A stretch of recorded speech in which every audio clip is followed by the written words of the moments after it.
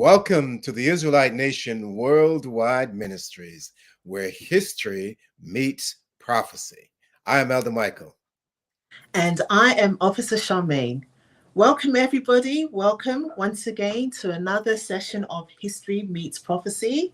And today we are going to explore the Hebrew language versus the Hebrew tongue. You're just showing off now, Elder Michael. He really... Sorry, I can't help it. Anyways, but welcome, everyone. And before we proceed, I have another video for you. So please, moderator, could we see our introductory video? Hebrew language versus the Hebrew tongue.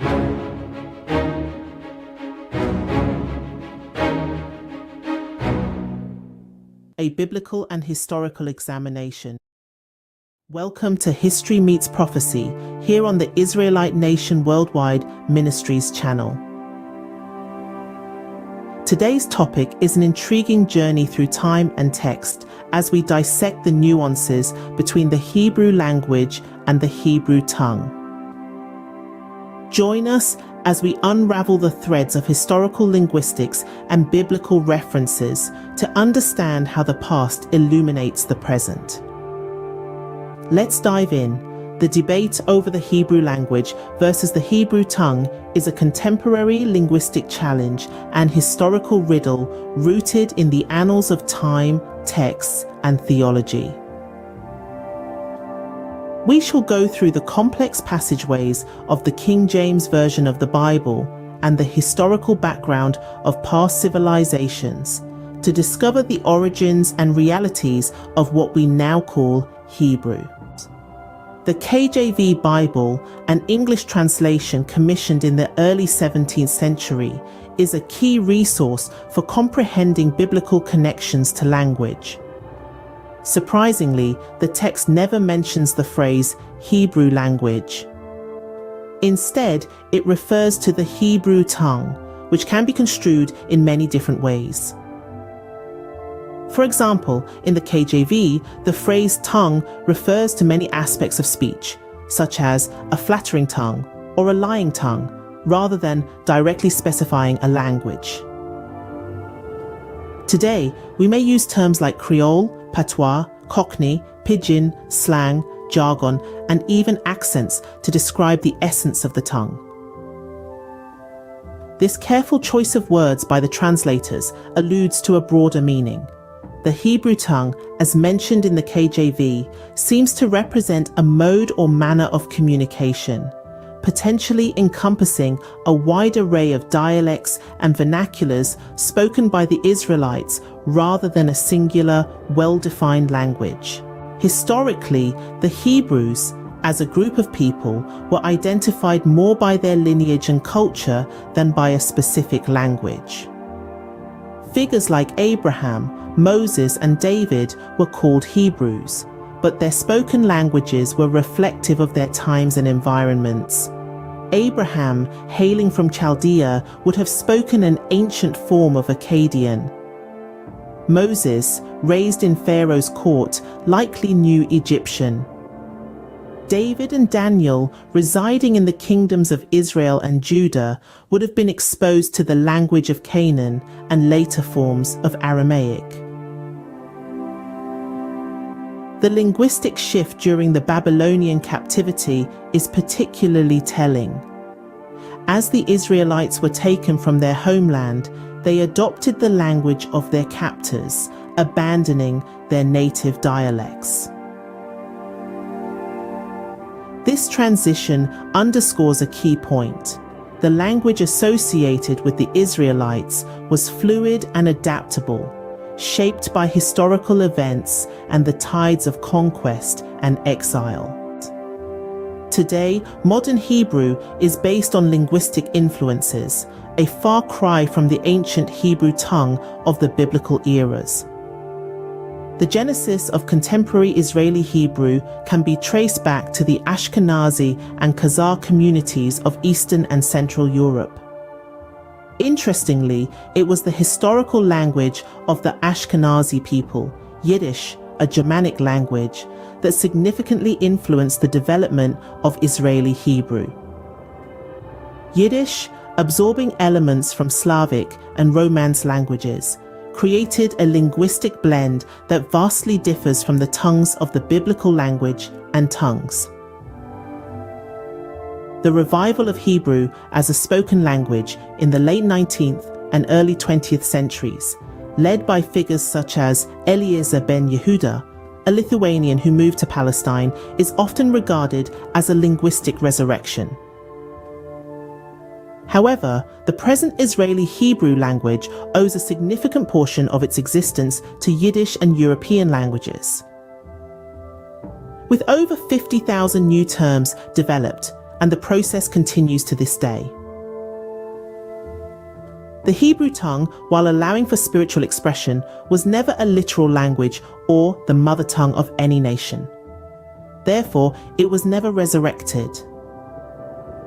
Sadly, many individuals, including some Jacobites, particularly those who identify as Hebrew Israelites, have adopted this Gentile version of a newly built Israeli Hebrew language, transferring the concept of something holy to common products like paper. The evolution of the Hebrew language, therefore, is a story of adaptation, influence, and change. In our exploration of the Hebrew language, it's important to consider the scriptural implications. The phrase Hebrew tongue in the King James Version Bible holds significant spiritual weight. Names for gods in ancient texts, such as El and Elohim, are Canaanite in origin. These names have permeated across Semitic languages, suggesting a shared cultural and spiritual heritage. The term Yahweh or Yahweh that appears in ancient scriptures is believed to be connected to Moses' divine revelation, "I am who I am." However, the translation and interpretation of these names dramatically deviate from the guidance Moses received. Moreover, neither of these names appear in the KJV Bible. Masonic teachings, particularly those propagated by Albert Pike, introduce an extra layer of complexity by proposing that Yahweh, when reversed, is associated with Satan. Such esoteric interpretations further convolute the understanding of the Hebrew tongue in both a sacred and scholarly context. Yet for an Israelite, the clarity is there. For the name of the God of Israel is stated explicitly in Exodus 3:15. And God said moreover unto Moses, Thus shalt thou say unto the children of Israel, the Lord God of your fathers, the God of Abraham, the God of Isaac, and the God of Jacob hath sent me unto you. This is my name forever, and this is my memorial unto all generations. This highlights the sacredness and complexity of the Hebrew tongue and its importance in understanding the cultural and spiritual lineage of the Israelites. The distinction between Hebrew language and Hebrew tongue is not based on semantics. Language allows us to witness how languages evolve, how people migrate, and how civilizations adapt. The KJV Bible and the historical record do not refer to a single, unchanging Hebrew language, but rather to a dynamic spectrum of dialects and styles of speech that have changed over millennia. This complex linguistic history plainly demonstrates that there is no such thing as the Hebrew language, and the Israeli Hebrew language is a new creation. Thank you for watching this introductory clip. As we delve into the annals of time, let's recall the words of Cicero. To be ignorant of what occurred before you were born is to remain always a child. History empowers us with wisdom for the journey ahead. Stay tuned to History Meets Prophecy as we continue to navigate the waters of our past to chart the course for our future. Don't forget to like, subscribe, and click the notification bell for more enlightening discussions. Peace. Now, let's begin our discussion. Yay. Yes, Okay. good. There Like we it. have it. Yes. So we could go home now. No, no, no. This is even open up a lot of channels because one of the things that I have learned about this and the research is that in essence, really, there's has only been one language, and everything else is a dialect or deviation from that, maybe a tongue, whatever you have it. But the concept of language is unique and is singular as opposed to what people are saying today. Well, we're gonna look at some slides, and there's some scriptures here as well that can actually verify or solidify what it is that we're referring to. It is a fascinating subject because you know it actually follows on from what we have already been doing. We looked at the difference between the Israeli and the Israelites, and this actually falls right into that. We looked at us coming out of 70 AD and what happened during the time of the Maccabees. All of this is very important, and we even looked at how investigated Khazaria just to see exactly what took place there. And it all ties in. So this is actually a really good progression. So we're going to look further into this and really identify what language is and identify what tongue is, because the beauty is, and this is why I love what we do. I love everything about what we do. Simple things like, and I'm going to say it now, but we'll probably touch on it a little bit later as well. You have things like people calling themselves by different names, right? You've got the Hebrew Israelite. I mean, why would you use that phrase when it's never been used in the scriptures? That phrase has never been there. And you have a noun describing a noun where that really doesn't happen, right? So anyways, but we're going to go into that a little bit further. So we can start with our first slide. First of all, once again, I just want to welcome everyone for joining us today. And like I said, if you haven't had a chance already, please like, please comment, please share, please subscribe, please donate, please do all those fun things. And let's make this interactive and let's have lots of fun. Yes. So first of all, who speaks Hebrew? No such person. Who speaks Hebrew? I want someone to put it in the chat. Let me know if you speak Hebrew. Okay. No, in the chat, yes. Who speaks Hebrew? Who knows the Hebrew language? Yeah. Anyways, nobody's going to own up now because I said there's no such thing. Right. Anyway, but let's begin. Okay. Next. Let's go down to the next one. Yeah. Okay, here we go. This is where we shall begin. Mm-hmm. So I'm just going to go through these points really quickly, and you're welcome to come back to this again later on. But so first of all, we have the Hebrew. Okay. Number one, there are many references states today's Hebrew is not the same as the biblical Hebrew. So that's a given, and we can prove it, and we shall look at that later on.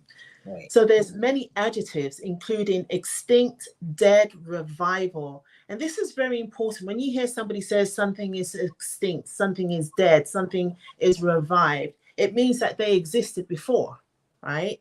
But that's highly impossible and absolutely not probable, because the Hebrew language phenomena never existed.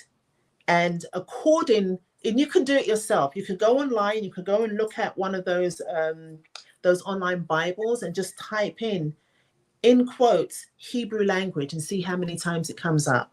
But I'll save you the trouble. Zero. Zilch. Not at all. Mm-hmm. And number three, there is a false notion that one needs to speak Hebrew. Now, there are so many people out there, they feel like, oh, you need to speak Hebrew. It makes you feel closer. It helps you to understand a little bit more. But that's rubbish. I mean, we've said it many, many times before that, the God of Israel, in his infinite plans, the most amazing God ever, he put his people in a position whereby whatever instructions they need, they would receive it in the language that they know. Yeah. So why would he put us in a place where we have to go study? We've got to go get a a degree. We've got to wait until, what's it, 1850s, the 1860s, before the actual language is created, before we start learning about the God of Israel. It's like, does that make any sense? No. Anyways. Yes. Do you have anything to add, my dear Elder Michael? Well, I was going to wait to finish, but the point is that this is why why the scriptures themselves are very specific, and that we are the only ones who are authorized to teach. Others, to teach from the Bible. I find, and this is my research, and my research, of course, is based on the teaching of our elder and the Supreme Council. And this is 40 years now that we've been doing this. I find that people that have this inclination to speak Hebrew, wherever that is, or whatever they call it, is it's all about them. It's a sense of vanity. It's not about truth. So they're trying to make themselves look good. It's not about the God of Abraham, Isaac, and Jacob. It's about the individual who is projecting that fallacy. And the lie repeated over and over eventually becomes a bigger lie.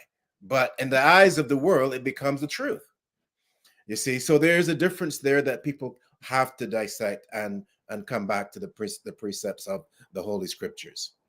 Okay, so I'm going to say, we're going to touch on this a little bit later on, but I remember back in the days when you speak about our elder, and I'm really pleased because I think he's been blessed with so much wisdom. He's just such a wise man.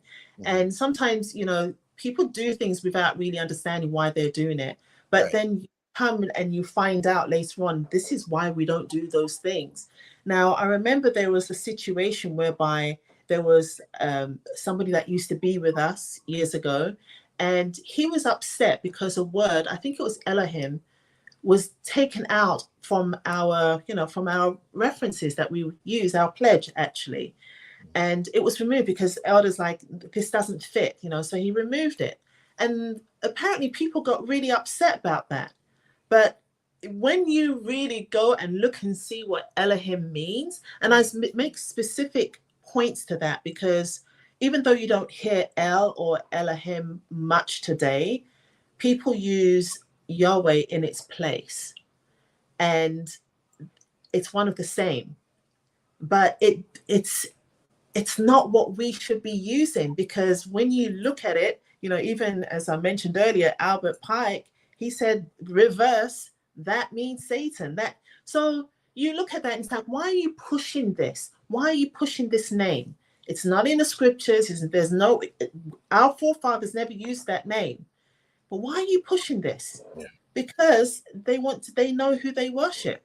And they want to impress you about themselves. They want you to feel, oh, I'm very well educated, therefore I'm qualified. I could say the name of my God, and which makes absolutely no sense. Because what I like about the God of Israel is he kept it simple. He said the God of Abraham, the God of Isaac, and the God of Jacob. Yeah. There's nothing. Absolutely, I agree. Yeah. Everything is simple. Right. So where is the mysterious word that you have to change letters and add vowels, and you're not sure what the pronunciation really is because, you whatever. Anyway. Yeah, absolutely. So, and that's a beautiful thing as well. When God's speaking to all of these, when he was speaking to people, he was speaking to them in the language that they're familiar with. Exactly. You remember Moses, he's growing up and he's learning Egyptian, whatever they were speaking at the time, and he's learning this, and he was a scholar, and then all of a sudden he's in the mountain. It's like, what? Did he have a crash course in Hebrew? In the Hebrew language? So, yeah. Well, no, guys, no, that didn't happen. That didn't happen. Right. So, okay, let's go to the first slide, or the next slide. Yeah. So again, and I want to make it explicitly clear that there is no such thing as the Hebrew language. This is so important for anyone. So when people come up to you and they say, "Oh, do you speak Hebrew?" It's like, which language is that? There's no such thing. And you know, when you look in history as well, there is no culture, there's no society anywhere in the world ever that made up language, that actually sat down and made up words to say this is our new language. Everybody, everybody's language is a I guess the ones today, most of them are a mixture of different languages. Exactly. That's But it formed and evolved over time, right? yes, yeah. You know, there was a time when I did not like English, and when we did For the language. I'm sorry. English is a wonderful language.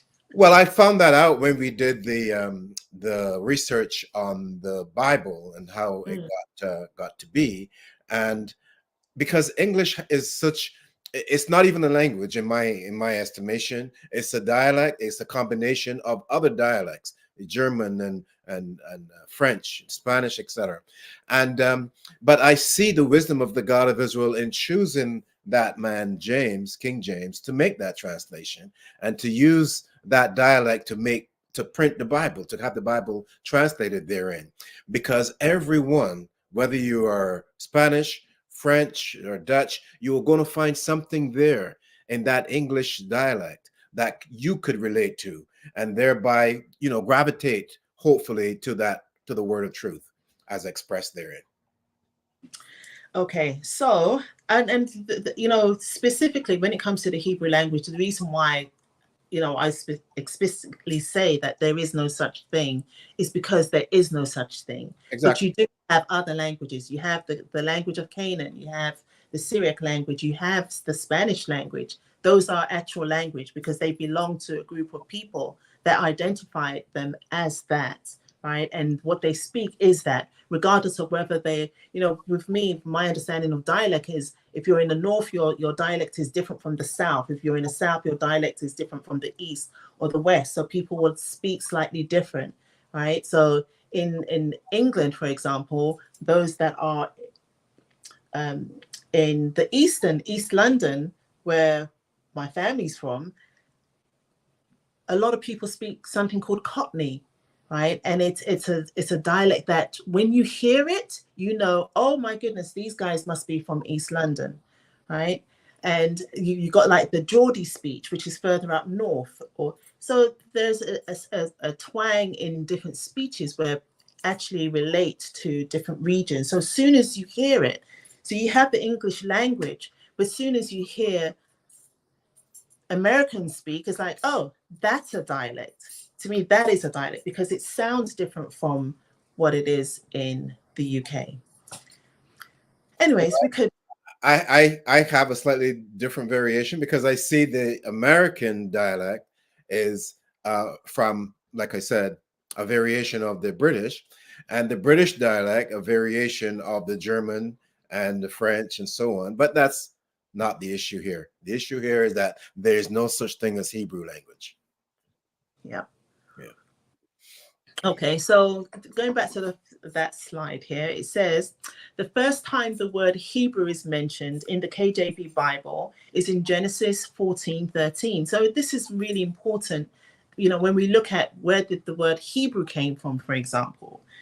And this is where Abraham was actually identified as a Hebrew.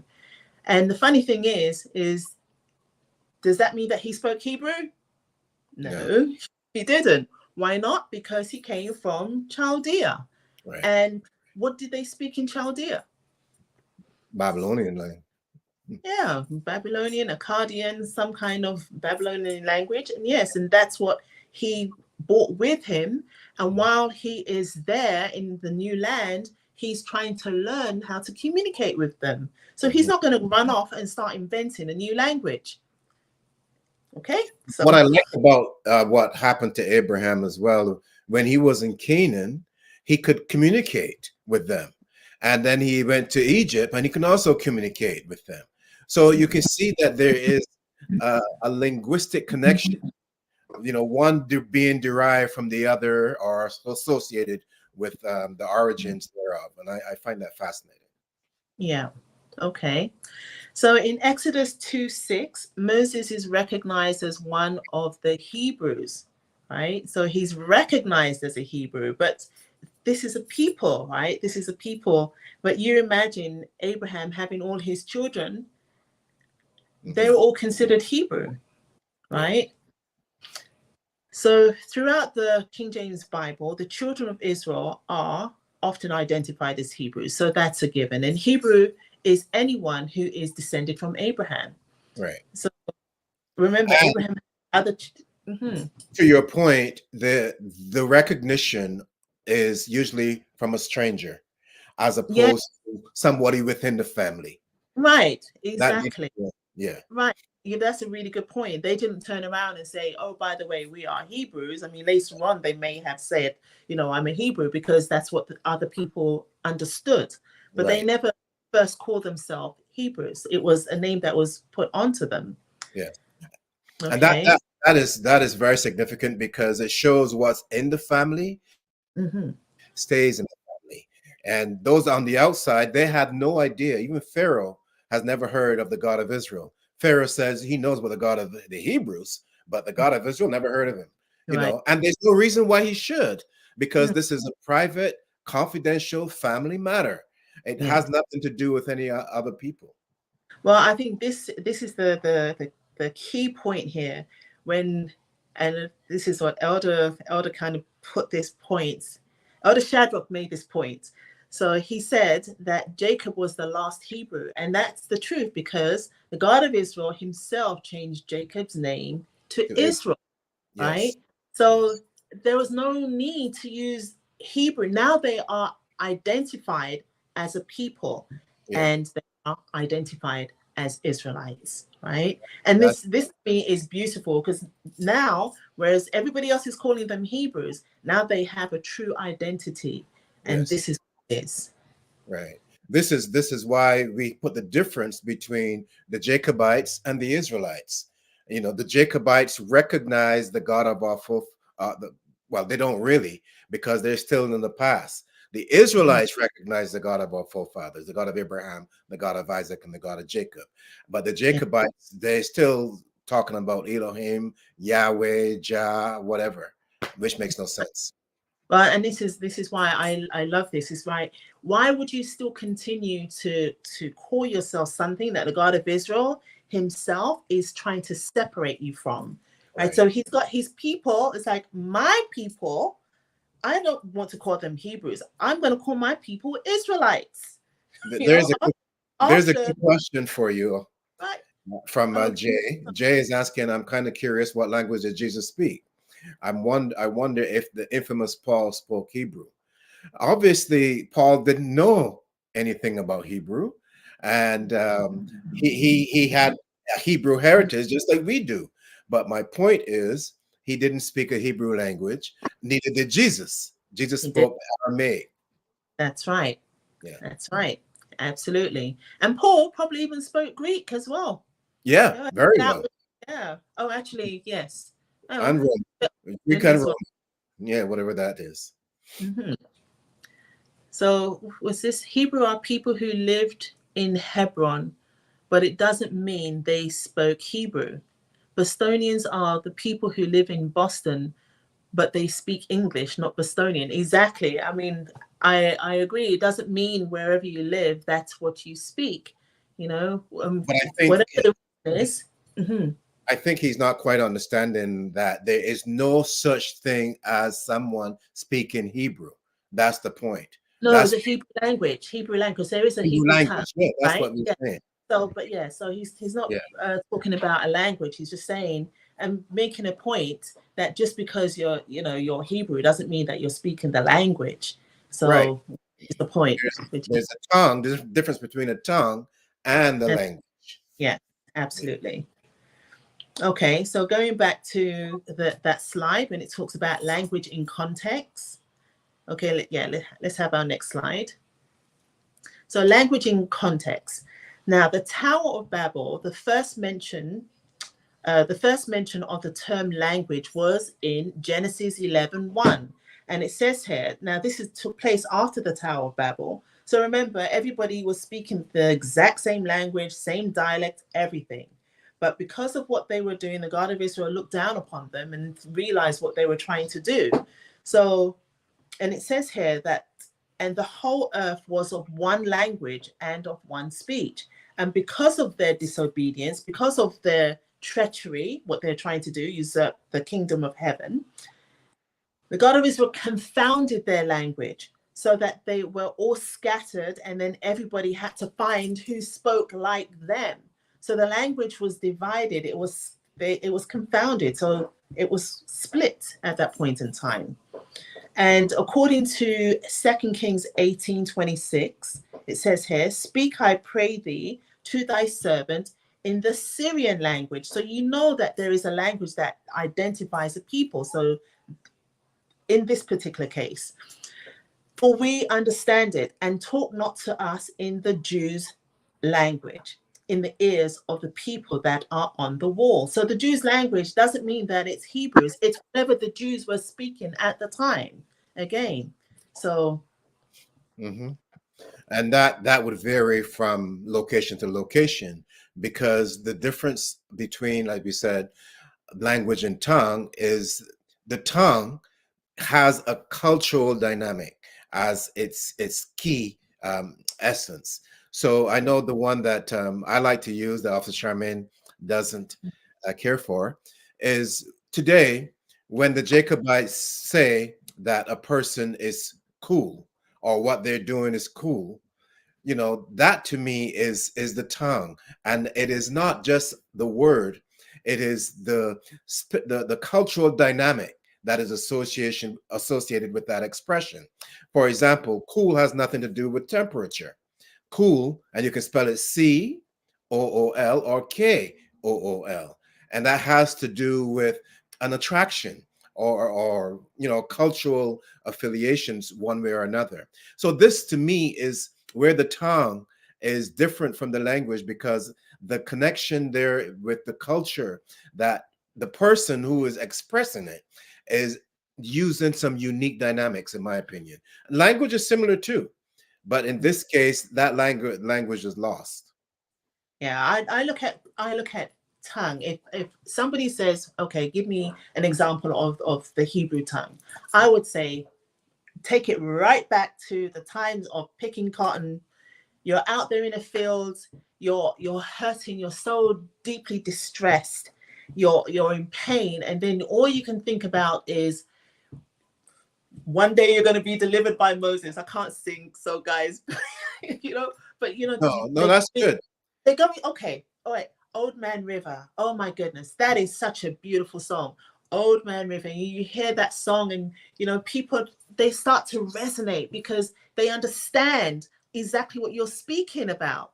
You know, and they are moved with you. They are moved with you to the point whereby they fall into the same kind of trance of singing that in that mode. And then you got, before you know it, you got a whole choir picking cotton because everybody's in that same sway with that same tongue. And then you got the slave master or you know, the overseers, and they come and it's like, what's wrong with these people? What's wrong with them? Why are they behaving this way? But they are speaking in a way, using maybe language that the slave master knows, maybe not, maybe they threw in some of the others, but they're speaking something that is familiar to someone else, that as soon as you start speaking it, you have a connection. And I was thinking about that today. Now I was thinking, if I was, say, for example, to go to a place like Spain, right, and I meet somebody and all of a sudden we get into a deep conversation about the God of Israel and what he did for us, and it, you know, that to me is speaking the Hebrew tongue, because you have a connection whereby what I'm saying, you understand it completely, right? And that to me goes to Acts, what happened to in, you know, during the time of Pentecost, right? It's like you've got a connection. It's a spiritual connection. It's like, oh my gosh, this is so incredible that, you know, I'm speaking and people are actually understanding me, whether it's in their language or because it was in people's different language, or even in the same language. It's like you're moved by it. And that's the tongue. It's not just a physical member, it's an expression. And that, to me, that's what it is. It's more than just a word that people claim, snatch a word here, snatch a word there. It's how the word is used to communicate, to express one's emotions or feelings. But not only that, to your point, there is what they call scatting, and Mm, scatting, and they use that with right. jazz or blues or what have you. It's more than just the word. Sometimes it's no words at all. It's a sound. It's symbolic, but it has the same spiritual dynamic of connecting people. To me, I see the whoever is performing, and they start to scat, then that person becomes an instrument, if you will, because now they are singing in not the language of the common people, but yet the people, even the audience, can relate. And then the entire orchestra or the people in that group, they can coordinate with that individual because they have the same spiritual connection. And then there is like a call and response type of process right there that is expressed. So there are different levels. One, the example of cool is a street level, if you will. The example of scatting is the more jazz. It's called improvisation. Either way you want to look at it. But to me, I see that too has with a strong Hebrew background, a strong Hebrew connection, because they're not speaking an academic language. It's a highly spiritual language, and It, it's fascinating. it's a highly spiritual mode of expression, Yeah. because when you think about it, it's how I communicate to the God of Israel. So when you say Hebrew tongue, it's how I'm communicating with the God of Israel. Because you have things like I said before, you have the lying tongue, and you have a deceitful tongue, and you have a clever tongue. And, these are ways of speaking, of expression. So when you say Hebrew tongue, to me, it's about how you communicate with the God of Israel, the words you use to communicate with him. So we could go to the next slide, and Felicia put something up there, and I'm going to go into that after. Um, she's talking about patois, and you're absolutely correct. That is a form of Yeah. speaking with a tongue. With Mhm. patois is a tongue, right? It's a broken English, whatever you want to call it, but it's a way of communicating. Mhm. You're still speaking English, and there are some people that could understand you, but for the most part, it's maybe other Jamaicans or maybe other people from the Caribbean can understand you more so. But you're speaking English. You're not speaking, Italian, for example.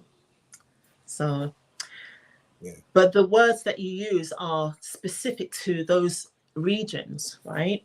So the earliest known, and I said I'd cross this out because it's not Hebrew language. This is what they say, right? This is what they are saying. That the earliest known Hebrew language, the Dead Sea Scrolls. Now, let me tell you about the Dead Sea Scrolls. That's a fake. Number one. Yeah, okay. Number one. The first time I heard this, I was quite young. And I remember doing history lesson, and we did the what's the Egyptian scrolls? What was that? The Book of the Dead, right? The Book of the Dead. So when I heard this, I was confused. I was thinking, are they talking about the Book of the Dead? But that's Egyptian. I was like completely lost when they brought this up. So it's like, first of all, why would you call it the Dead Sea Scrolls? And apparently it's because of where it was found. But regardless, the big thing for me, okay, guys, and you do, I always say do your research, but think about this. Think about this very slowly, very carefully. Now, the Dead Sea Scrolls, they were conveniently discovered in 1946-47. Between that time and 1956, what happened during that time? Elder Michael, help them out. Oh, What happened during yeah. the time? What happened during the time? That's when they were preparing to go into the land of our forefathers. Right. They they moved in there in 1948. So they Who, had who, to impress right, the people right. so It's that like, they could get the approval for that fake, and I don't know what you want to call it. That satanic scam. Let me call it what it is. It's you look at it, it's like, for the life of me, it's like, after all that time, remember, you had the Crusaders in the land, you had, you had Yeah, the Arabs in the land, you had the Egyptians in the land, you had so many people going in there, pillaging, turning over stones, yeah. digging up graves, doing all these, and nobody found nothing. Hmm. Nothing. Okay. And then just recently, Yeah. and I know people always discover things, I do, but that place is one of the most digged up place of all places, right? So you imagine right there that just recently they found something, they call it the Dead Sea Scrolls, which is very suspect. But look at the date. The date alone should tell you, okay, there is something wrong with this. Okay, so that's one point. So some sources claim they were written in Aramaic and ancient Hebrew. I don't know what ancient Hebrew is. As I said before, there is no such thing as the Hebrew language, so that's impossible. Okay, but so there was a great deal of academic controversy. So there was already a lot of issues with this among the academics. Right, so there's a lot of academic controversy over the scroll's publication because it took decades before it was published. Decades. Eventually, a facsimile, a faxed copy of the scrolls was published in 1991. That's what, 40 years after it was found? Then you finally decide to publish it. Why? Were you trying to perfect the edges, with a tea bag? You With know, a little. I've seen so much of the foolishness that have been published by these people who want you to believe that they are who they claim to be. And to be honest with you, they do a very good job at scamming and deceiving. It's an immaculate deception. They took those, they first of all, they have the best artists or some of the best. They paid him a lot of money to draw and to even sculpture different art, what they call artifacts. And then they take them and put these things into very strategic locations. And then finally, maybe 10 years later or whatever, they'll have someone go in and they pay them money to go in and dig up and dig and dig. And suddenly, boom, there it is. How is it that you find all these things in perfect condition? And they've been sitting there for 10,000 years. And in that condition, they put them there 2 weeks ago. They make them look like they've been there 10,000 years. And then they have this big CNN, ABC, NBC, whatever, go and do that revelation. I'm like, You know, it's a I, scam. no, I do agree that, some things were found because, a lot of things were buried for that very reason. But my biggest thing is the shroud. Has anyone heard of that? The Another shroud. scam.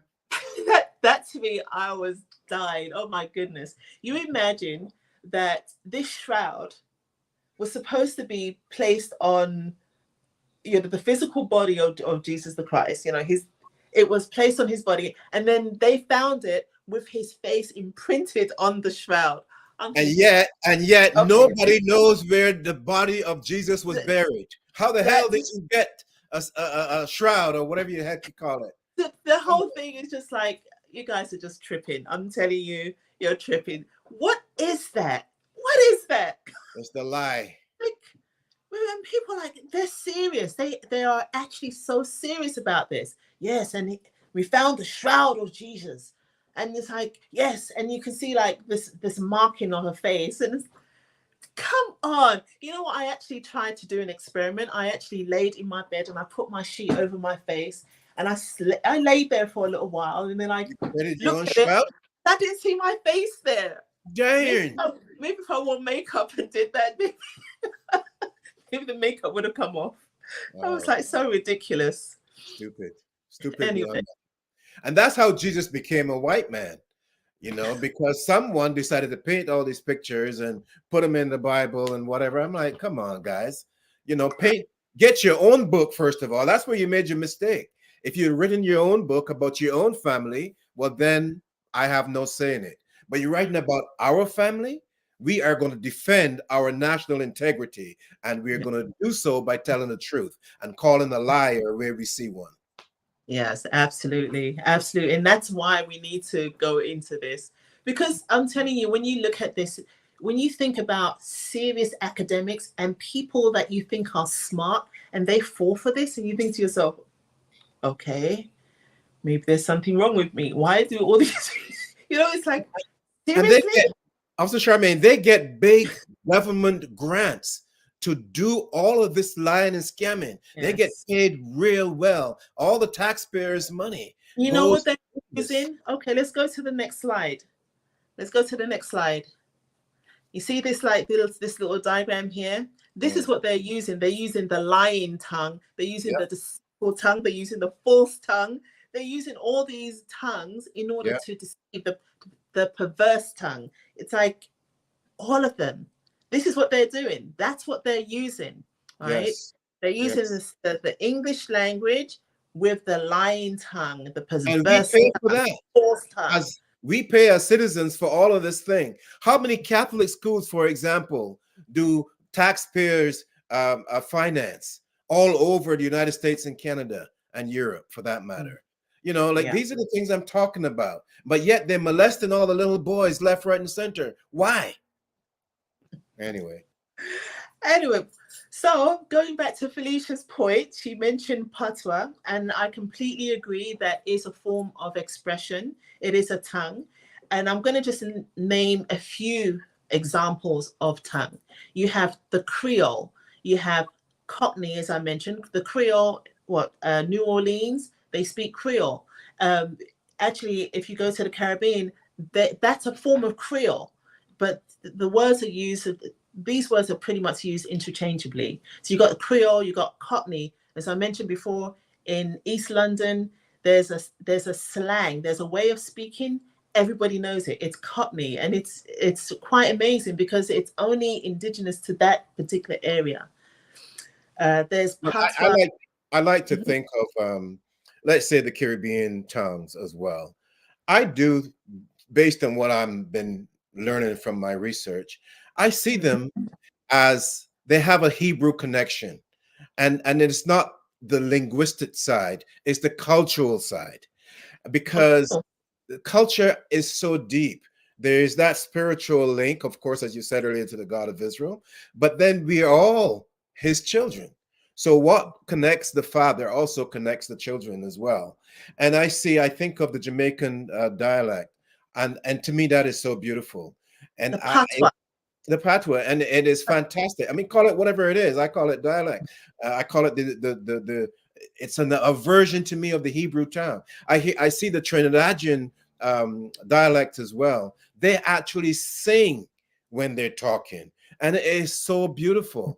I mean, I Yeah. don't understand much of any of these things, but yet, unless I stop and think about it clearly, but I could still see some of our forefathers' heritage in all of these Caribbean languages that are spoken. The Guyanese, the dialect as well. Again, that rhythm is there.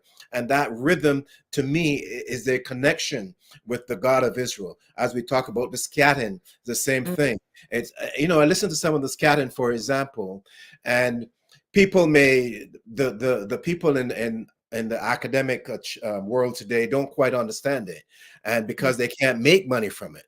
But when they're scatting, like for instance, I saw the guy that played the trumpet, I forgot his name, and he was singing, but he was singing about this beautiful girl, and then he started to scat. I saw that as a cover for the X-rated material he's covering up, which is good and very respectful for the young people under 14. Right, today they put everything out in the rap music. They don't give a damn one way or another about the children and all of that, because music has two dynamics to it. There's one for the older folks, for the adults, and then there's one for the children. Mm. Very respectful. But today, all of that nonsense that you hear on the radio as rap music, to me, is just a scam, even So though they're using our Hebrew heritage. They're misusing it, I should say. It is so the still. there. Okay, so and I hope I don't lose anyone, but the reason why I look at that really distinct is that, and I'll give the so-called Hebrew language as an example. They have taken something what they believe to be a spiritual something, Yeah. okay, spiritual expression, and they are using it for everyday communication. And I Yes. actually used the term toilet paper before. So you're going to take something that is supposed to be spiritual and you're going to apply it to everyday things like toilet paper, cup, books, pencils. You're going to apply it to just regular things.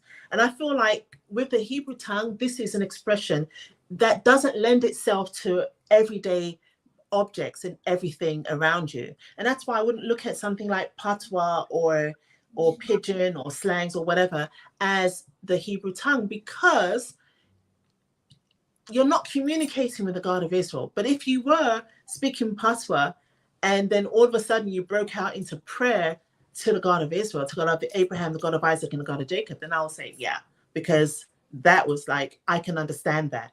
And that to me is an expression, a particular type of expression to the God of Israel. So, and that's why I look at it that way. But Yeah. even I was still, I was looking at it more in terms of the Hebrew culture as opposed to the the culture is, as you said, is very important. And yes, yeah. this is something that our people do have. I mean, for example, I mean, the whole staying in the house for 9 days with a baby. And it's funny they choose the number of 9 days, but the very fact is that they would not allow anybody to see their babies. Was it 8 days? In some places, 9 days. But according to the scriptures, that's because, they've probably deviated slightly from the scriptures, but they still have that, right? They still have that. You're not supposed to have anybody look at your baby, right?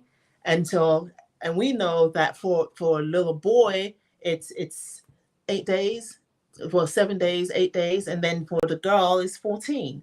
Mhm. So yeah, so on the seventh day, the boy is circumcised and he's offered up, Let me ask and you this question, girl, I mean, she's offered up on the 14th day, and so nobody sees them for that period.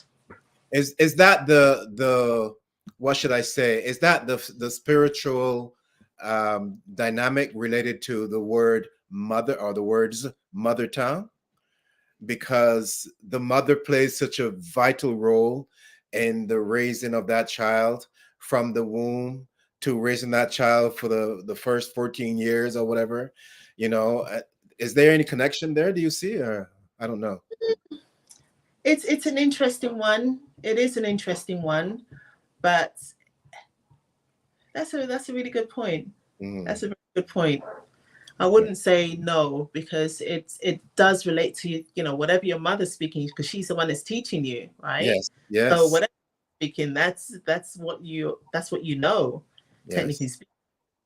Yeah, So to me, when I thought about it, I heard about it, and I'm just like, okay, that makes a lot of sense. I don't mm, fully understand it, but I could see the relationship that the mother plays and the raising of that child, because that child is the first words are going to be related to, or connected, I should say, with the parent mm, and things like that. And the same with the God, like to your point, the same with the God of Abraham, Isaac, and Jacob. Now, instead of mother tongue, of course, father tongue. I've mm. never heard that one, but it is just something I was thinking about as you're talking there. But even when you talk about the culture, the cultural aspects, and again, when you go to the Caribbean, you Yeah. do see a lot of elements that are similar to those that are in the scriptures, right? Yes. It's a lot of those elements are similar to those in the scriptures. So I look at that and I think to myself, yes, the culture, the Hebrew culture, the Israelite culture is there and it's strong. But and the funny thing is, it's not taught to them by their slave masters. Because you don't hear them saying, "Oh, you guys have to stay in your house for 7 days or 14 days." You don't even hear that. Actually, if once they've given birth, they have to go right back out on the field, right? Mhm. So this is a really good point. So what do we have here? Mother tongue means the language of your mother. Well, there you go. He Mhm. was he was Ephraim and Manasseh's mother. Was she not an Egyptian? Uh, so how could the Israelites speak Hebrew? Well, again, yes, you're right. how can the Egyptians speak, so the Israelites speak Hebrew? Yeah. There's no language. There's no language. And Right. we're making point of this because I think it's so important. People are out there trying to learn something that never existed. If Yeah. it never existed, it could not have died. It can't be revived if it didn't exist. What are you reviving? What are you reviving? Exactly. Yeah. And again, going back to the different kinds of tongues, patois, there's pidgin. I don't know if you've heard of this. Pidgin, there's slang, Yeah. there's jargon, lingua franca dialects. There's lying, forward, deceitful, naughty, proper, a healing tongue. You've ever heard of somebody, there are some people that when they speak to you, you feel good. Elder has a healing tongue. When he speaks, he heals people.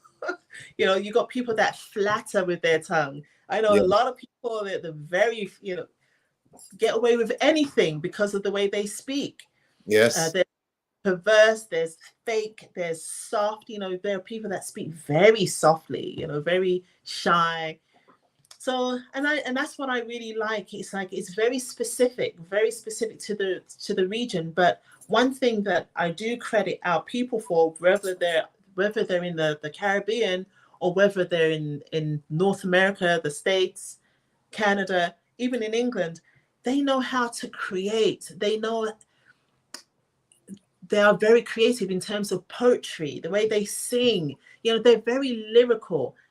I think we spoke the other day about spoken word. There's Yes. some spoken word clubs. They'll go and they'll have this. I love this little Jeffrey. Oh my goodness, he's Yes. so good at this. And Yes. I love when he just comes up with his poetry, the lyrics. And it reminds me so much of our father David, the way he just comes up with all the lyrics. And they do this. I love I when they do. remember that. Yes. It's Yeah. it's amazing, that talent. And again, that's where I make the connection with the Hebrew culture, not tongue, not even language, of course, the culture. Because to me, I'm looking at the spiritual dynamic personally, and I see all of that strong connection. That's why things like scatting, it makes such a good impact on me, a strong impact, I should say, because you know it brings out so much about our people that is still to be understood, and like, for instance, that's why I never liked the term African American, for example. So this is what I was getting to. Yeah. I Okay. agree with you. I absolutely agree with you. I Yeah. feel like when you say African American, it's almost like saying Hebrew Israelites. It Yes. doesn't make sense. Two It just nouns coming clashing. right, exactly. Right. Why not? It's like you're allowing people to call you a sub, right? You're not fully, because to be a Black American or American that's Black, that's far more, in my humble opinion, Yes. better than being called an African American, because it's like it means that you're not completely from that place. That's Right. what it's. Right? Yeah. Everybody else comes, and it doesn't matter where they came from, all parts of Europe, from Germany, Italy. You don't hear Italian American, you don't hear German American, you don't hear Chinese American, you don't hear any of that. Everybody else is American, Yeah. right? Yeah. But And why does the people that's been there for hundreds of years have to call themselves by a sub name, a name that's that's not fully a full name? it's Right? almost It's like, like you didn't get your freedom, and and right. and therefore you're still subservient to these people. So it doesn't make sense. Yeah. Yeah, it's like, and that's what I was actually thinking about. It's like, yes, that sounds like Hebrew Israelite, African American. It's I got the same don't want to ring. say it's an adjective. I don't get that. Mhm. Because African isn't that a noun? An American is a noun, so you have two nouns clashing, like Hebrew Israelite, and two nouns clashing. Where is the descriptive nature of the adjective? I don't see it. Yeah, to me, it's like you're taking away, away something that's true that should define you truly, Yeah. and you're becoming subpar. It's just, that's how I look at it. But anyway, So let's go to the next slide. yeah, where were we? Okay, this one is examples of the tongues. Okay, so this is the tongue in action. Okay, so we have in Ezra 4:7, and now there was a reference to, I think we mentioned this before, the Syrian tongue. A letter was written and interpreted in the Syrian tongue. In Psalms 109:2, for the mouth of the wicked and the mouth of the deceitful are opened against me. They have spoken against me in a lying tongue. So this again shows you how tongue is actually used. Yes. In Proverbs 15:4, a wholesome tongue is a tree of life. And this is what our aim should be, to be that tree of life, to be able to speak words that are, healing, that helps people, help guide them back home to our Father, the God of Abraham, the God of Isaac, and the God of Jacob. Right. So, and then we have the Greek tongue was mentioned in Revelations 9:11, and this is the donating the worship of a fallen angel by the Greeks. And the name was provided in the Hebrew tongue, which was probably Aramaic, Yes. because it is written in that time, right?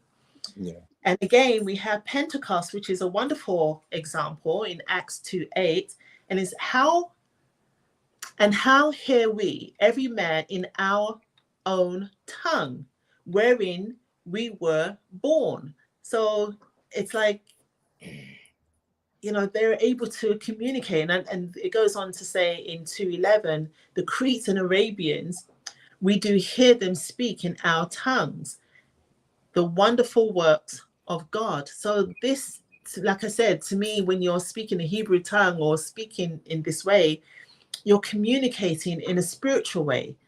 Yes. So, Well, I think that's the foundation of language anyway, or the oh, foundation of communication, that there's always going to be that spiritual element. And that's why when you get into the musical side of things, it goes mm, even to a higher level, because now you're using different dynamics to make this a similar expression of a higher level. And that's what you were talking about, because of the fact now you can, depending on the song you're singing, you're communicating with some spiritual component or some spiritual source. If you're singing about the God of Israel, obviously you're making that connection. If you're reading about him, you're making that connection. If you're singing about street stuff, it could be connected as well to us, but there's also the other side that could be influencing you, and we have to be aware of yes. it. Yeah. Yeah, no, absolutely. So Mhm. I was just doing a quick search because I remember there was, I think the song Deep River, because you keep going back to music, and I think music is a wonderful way of how the tongue is expressed. In the Yes. song River, they talk about going over to Canaan's land. Yeah. These Canaan's are right, spirituals. Yes. right. Yeah. Yeah. So when you think about Canaan land, as we mentioned a few weeks ago, where was Canaan? Canaan was where all the children went to, where the Israelites, where the God of Israel, he promised them that land, and they had that land, right? Remember, Canaan was from He, where? he was It from was from, he's Hamitic, he's Ham. exactly, Yeah. right? And then we spoke about, was it Genesis 9:27, when we talked about Japheth dwelling in the tents of what Shem. is it? In Shem. yes, dwelling in the tents of Shem.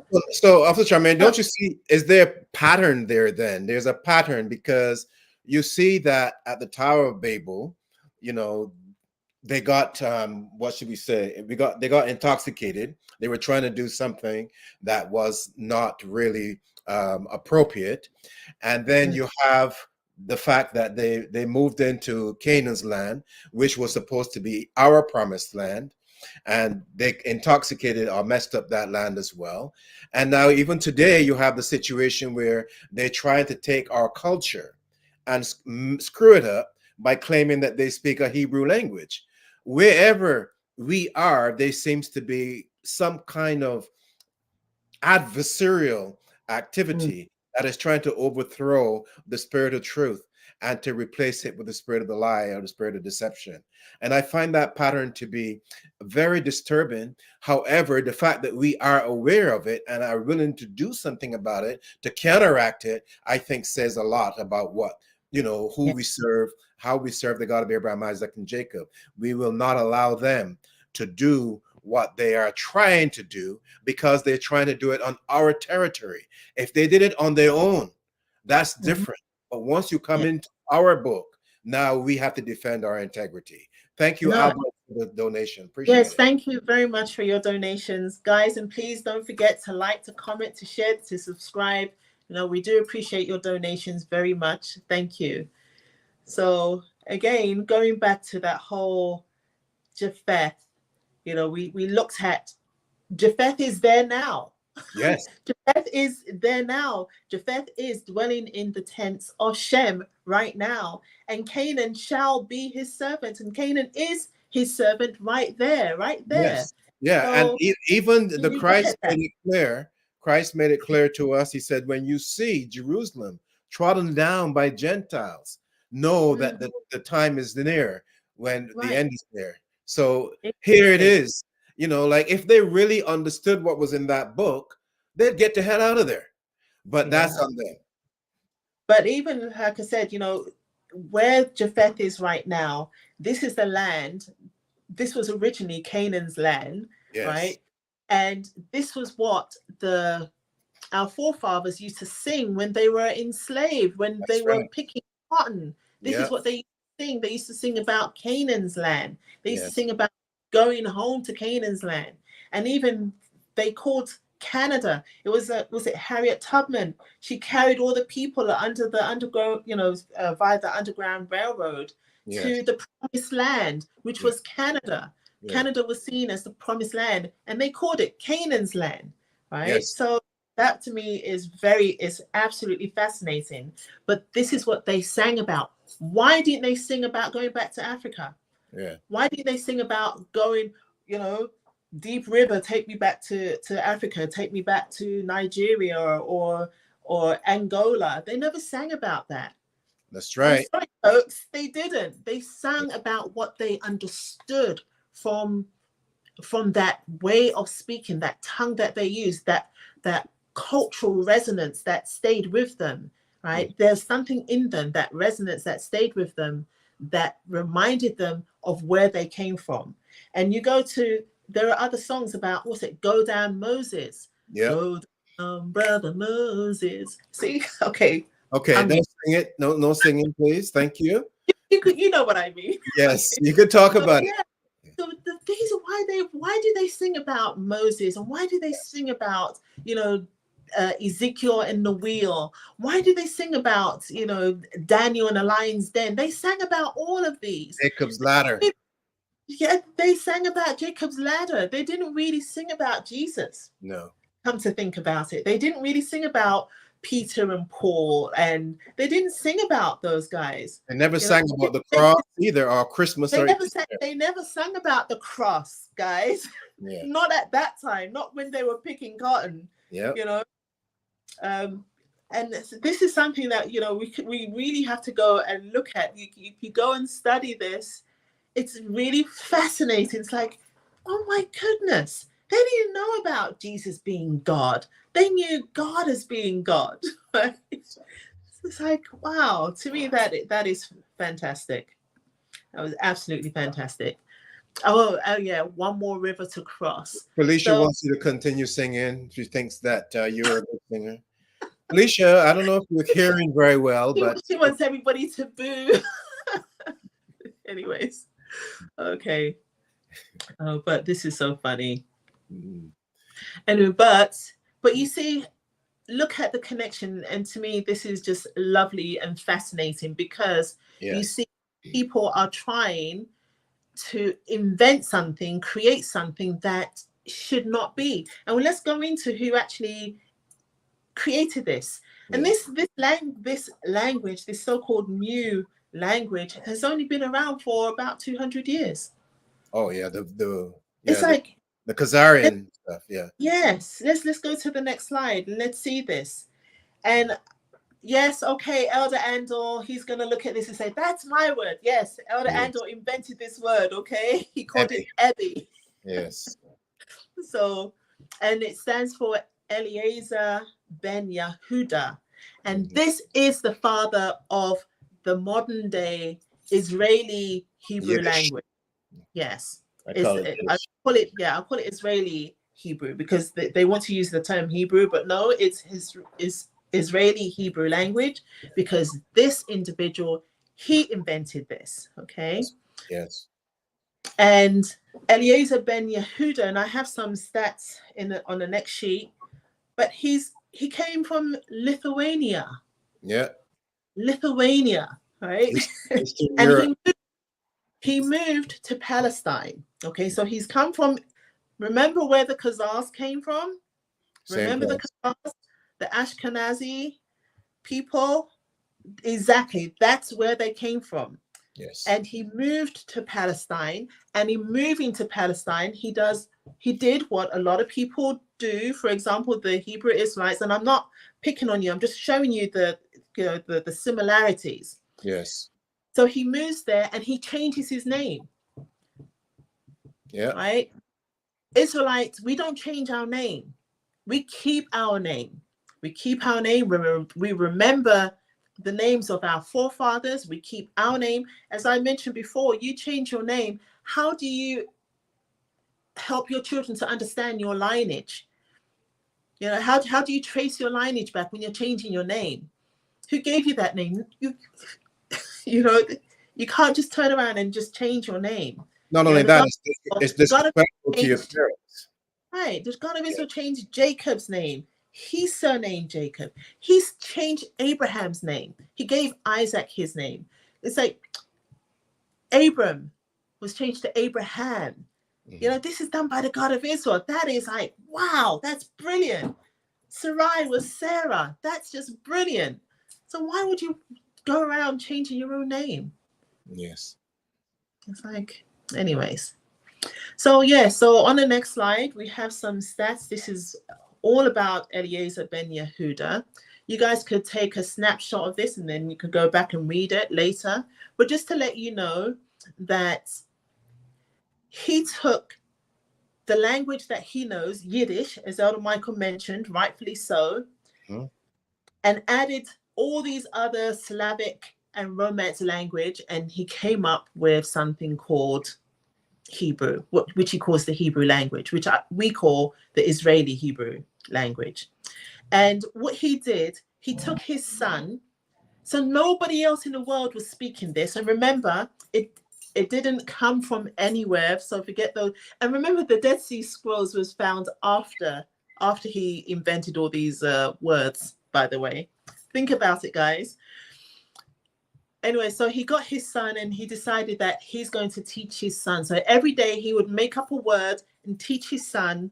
And then eventually when he passed away, his son and his mother published his book, right? In addition to that, they formed a school, they formed a board that would make sure that this language is taught to everybody, that all the Ashkenazis, right? And the Khazars. So, and this is the same Hebrew that people are trying or claiming that they are learning today. Well, guys, this is your father. This guy is your father because he's in charge of this language. You know, he's the one that started this. He created this. And every time, you know, every so often they would create brand new words for doll, for, like I said, paper, for towels, for bike, for flowers. So it's all made up. And then when we say, oh, well, the English language, but what I'm saying is what's available to them. So if you really want to make a difference in your life.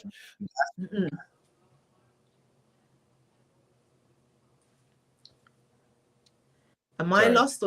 Oh, are you okay? Okay, I think I'm still streaming. Okay, so, all right, let me continue.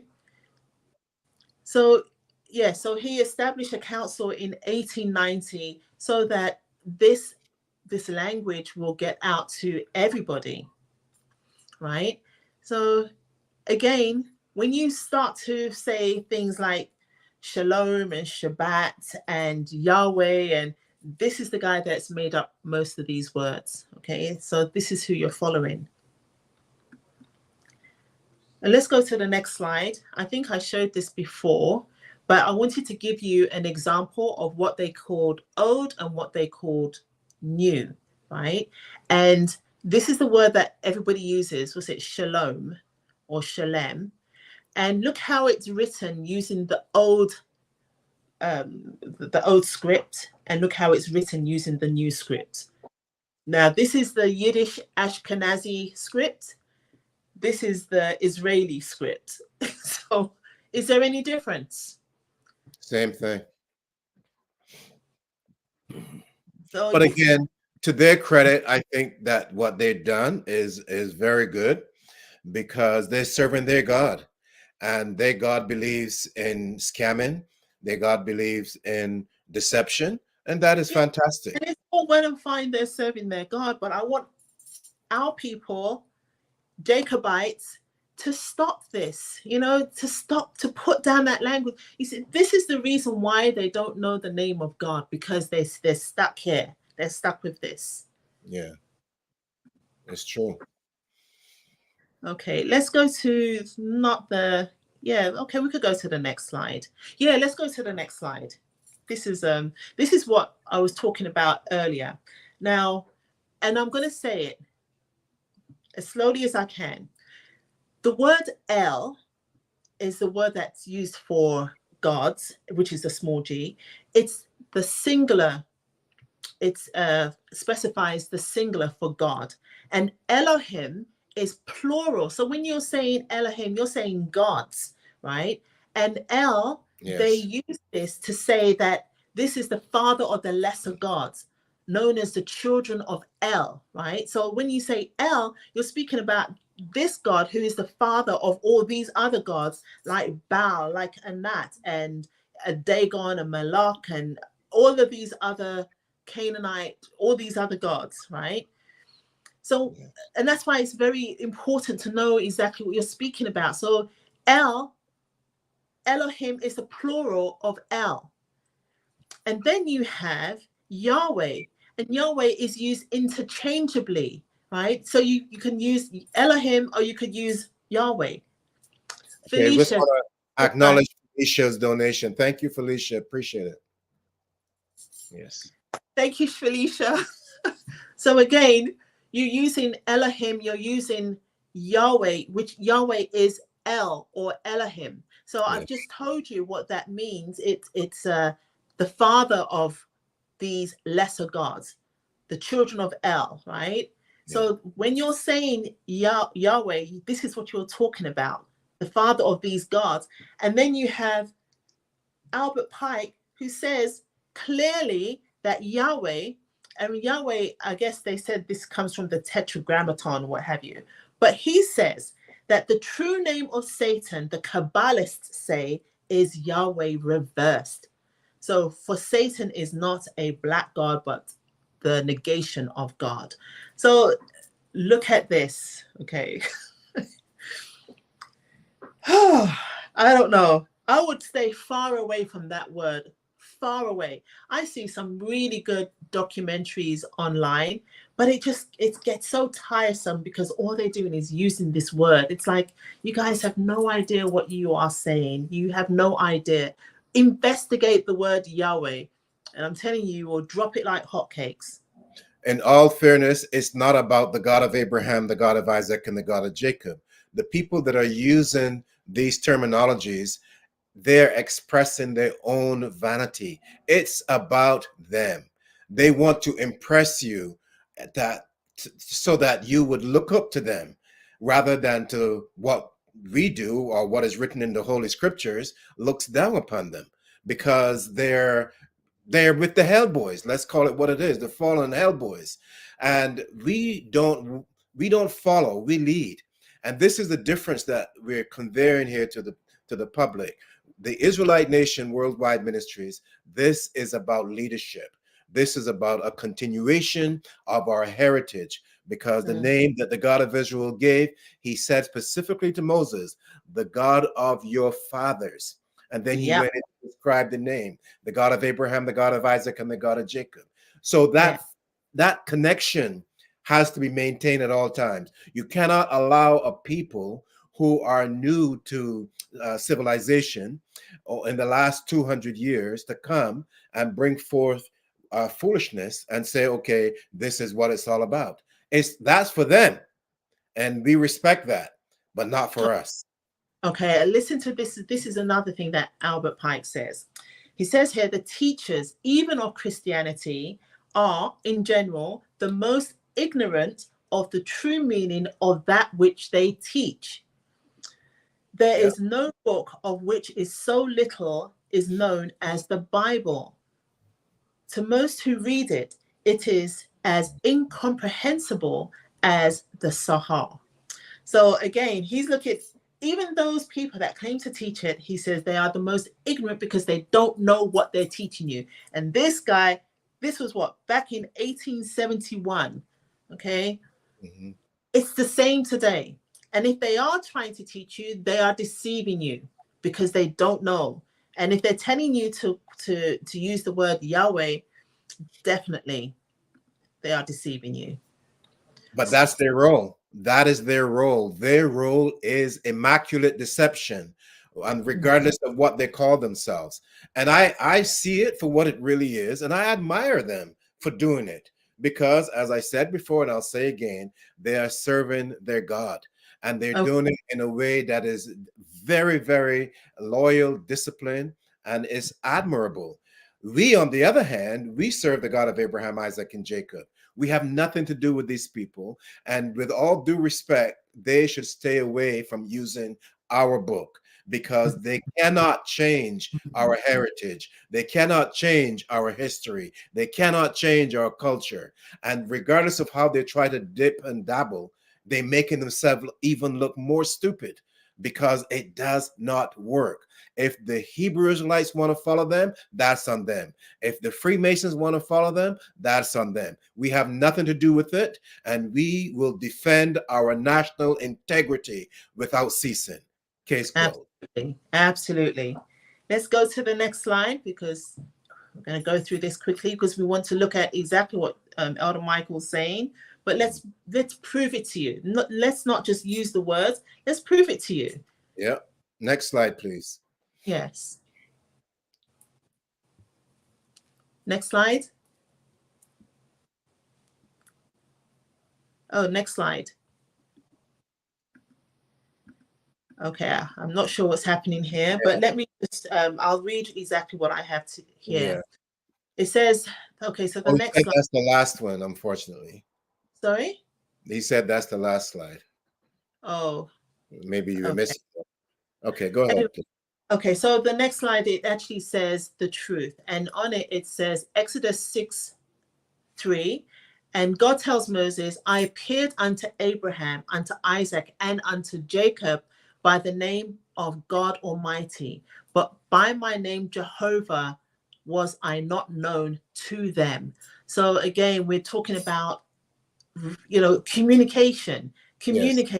How are we supposed to communicate? You can't call him by name that they didn't even know, right? So when he gives us his name in Exodus 3:15, he says, moreover unto Moses, thus shalt thou say unto the children of Israel, the Lord God of your fathers, the God of Abraham, the God of Isaac, and the God of Jacob has sent me unto you. This is my name forever, and this is my memorial unto all generations. Exactly. Again, he's very clear. This is my name. The beauty is when you look at this again, he's making a covenant, and the covenant is with Abraham, with Isaac, and with Jacob. And we see this in Genesis 12:1-3, where he changed, as we said before, Abram's name to Abraham, and then he reaffirms the same covenant with Abraham's son Isaac, and you can find that in Genesis 21:12, and later with Isaac's son Jacob in Genesis 20. What's this? Is that 28? Genesis 28:14-15. So this is where he was surnamed Israel. And then the final slide, and this is the slide that we really wanted to, I really wish you guys had seen this, but you have people, somebody mentioned Jesus earlier on, and Peter and Yeah. Stephen, right? Each one of them in the Second Testament, now we're not even talking about the First Testament, but each one of them in the Second Testament referred to the God of Abraham, the God of Isaac, and the God of Jacob. And you Yeah. can see that in Matthew 22, 31-32. You can see that in Acts 3:13, and you can see that in Acts 7:32, right? His name is mentioned again and again and again, even by Jesus the Christ, guys, right?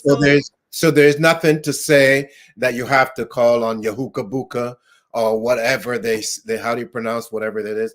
Keep it simple. And this is why, like I said earlier, I have a lot of respect for that English tongue, because it is very specific. And the names are given, they're plain: Abraham, Isaac, and Jacob, right? Nothing, you don't have to go and look up anything.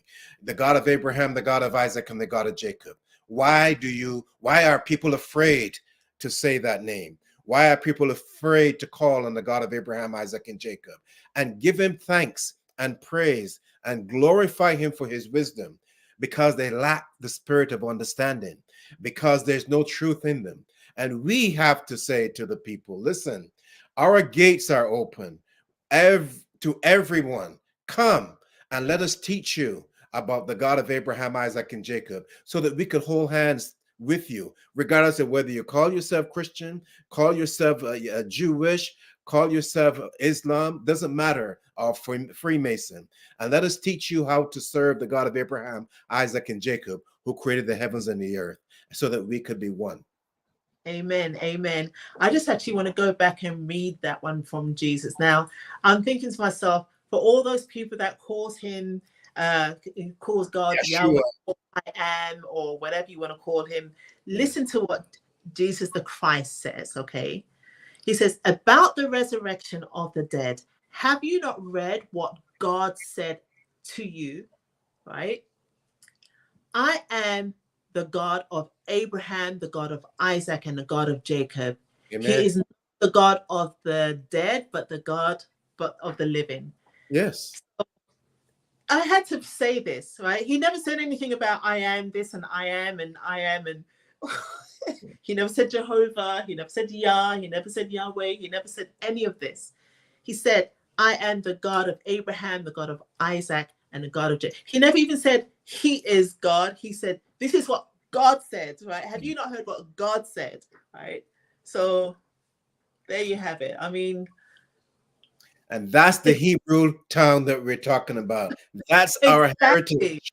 This is our heritage. This is the Hebrew tongue. Amen. I want to give you a high five. Yeah. Exactly. Anyways, but you know what, guys? I hope we've mentioned, explained to you why there is no such thing as the Hebrew language. There is only the Hebrew tongue.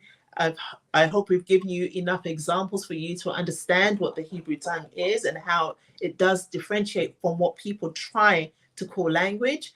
And you know what? I think we probably need to do a part 2 that goes right into the culture, go deep into the culture, because we just touch on the surface. But I want to show you, like the words that were used in the songs, how the dress was, the running, the invention, we talk about Black History Month and we're talking about all these inventors, who invented this and this person invented. What happened? Why are we no longer inventing? Have we lost our way? Have we truly lost our way? We keep saying, well, this happened and that happened, but we stopped doing those things that made us a great people. Yes. We really have. I mean, like I said, we used to be able to sing the Negro spirituals. People copy us, whatever we do, but we seem to stop and we seem to be trying to follow everybody else. Even our hair. You guys were speaking about hair yesterday. You and Officer Doreen. Yeah. Even our hair. This is so impertinent to who we are. But now we want to iron it and flatten it and to process it. like everybody else. Yes. But our forefathers were better. They were great. They didn't need to do this. And their connection with our Father, the God of Abraham, the God of Isaac, and God of Jacob, was stronger. Right. So the point then, if I hear you correctly, let us return to our root. Let us return to our culture. Let us remember our God, the name of our God, the God of Abraham, the God of Isaac, and the God of Jacob. Let us reflect on him and his wisdom and give him the praises and the glory. Amen to that. Amen. On that note, peace. Peace. Thank you, guys.